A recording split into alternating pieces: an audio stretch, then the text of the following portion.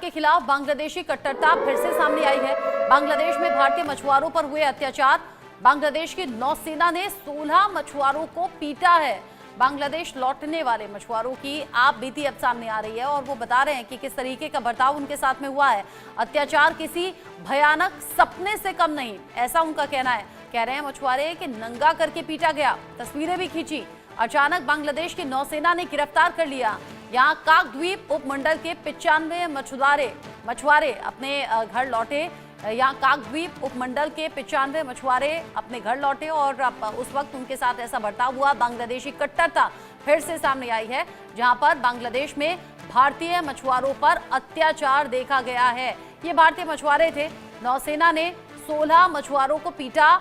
बांग्लादेश की नौसेना थी जिन्होंने 16 मछुआरों को पीटा और वो कह रहे हैं कि ये जो अत्याचार था ये किसी भयानक सपने से कम नहीं था।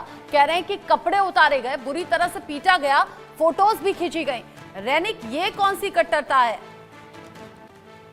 देखिए, लगातार अगस्त महीने के बाद से बांग्लादेश में बांग्लादेश का जो जल सीमा है, उस जल सीमा को क्रॉस करने की वजह से 95 इंडियन फिशरमैन को बांग्लादेश में पकड़ लिया गया था। बांग्लादेश का बीजीपी की तरफ से उनको डिटेन किया गया था और उसके बाद ही जब 95 फिशरमैन को इस जनवरी महीने में छोड़ा गया, देश में वापस भेजा गया और उसी टाइम पर काकद्वीप में वो लोग आने के बाद ही ये जो 95 फिशरमैन हैं, इनके तरफ से कहा गया है कि बीजेपी की तरफ से किस तरीके का अत्याचार उनके ऊपर किया गया है। उनकी तरफ से कहा गया है कि पहले बार जब उनको डिटेन किया, डिटेन करने के टाइम पर डिटेन करने के साथ साथ ही उनके ऊपर अत्याचार जो है वो बीजेपी की तरफ से यानी बॉर्डर गार्ड ऑफ बांग्लादेश उनके तरफ से जो अत्याचार वो चालू कर दिया गया। वो भारतीय फिशरमैन है ये जानने के बावजूद भी उनको उनका जो ड्रेस उतार दिया गया, उनको पूरा नेकेड करके उनके ऊपर अत्याचार किया गया, उनका तस्वीर खींचा गया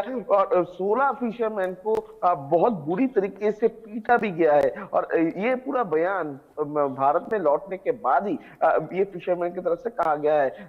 2 दिन पहले ही वो लोग बांग्लादेश से भारत में आ पहुंचे थे। भारत में आ पहुंचने के बाद उनका जो प्रोसीड्यूर खत्म होने के बाद जब मेडिकल टेस्ट करवाने के लिए पहुंचे थे, उस टाइम पर उनकी तरफ से ये बयान दिया गया कि उनका शरीर में अभी भी दर्द है, क्योंकि बीजेपी की तरफ से बॉर्डर गार्ड बांग्लादेश उनकी तरफ से उनके ऊपर अत्याचार किया गया है। ऐसा लगता है कि भारतीय थे इसलिए भी ज्यादा जुल्म उन पर किया गया। जो भारत और बांग्लादेश के बीच में इस वक्त तनाव का माहौल है, ऐसा लग रहा है कि मछुआरों पर उसका गुस्सा निकाल दिया गया। रैनिक, आप रहिएगा। बांग्लादेश पर फिर से भड़की है सीएम ममता बनर्जी। भारतीय मछुआरों की पिटाई पर गुस्सा उन्होंने जताया है। दोनों देशों के बीच में शांति बनी रहनी चाहिए, इस बात को दोहराया है ममता बनर्जी ने।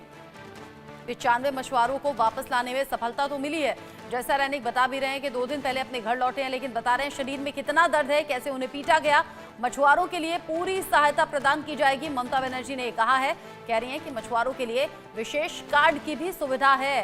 किस तरीके से उन्हें पकड़ लिया गया, मारा पीटा गया, कपड़े उतारे गए, फोटोज खींचे गए, निर्ममता से मारा गया। जो बांग्लादेशी नौसेना है उन्होंने 16 मछुआरों के साथ तो बुरी तरह से बर्ताव किया, मारा पीटा।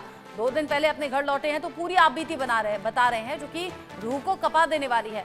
लेकिन रैनिक, यहाँ ममता बनर्जी ने ऐसा लग रहा है कि जख्मों पर मरहम लगाने का काम किया है।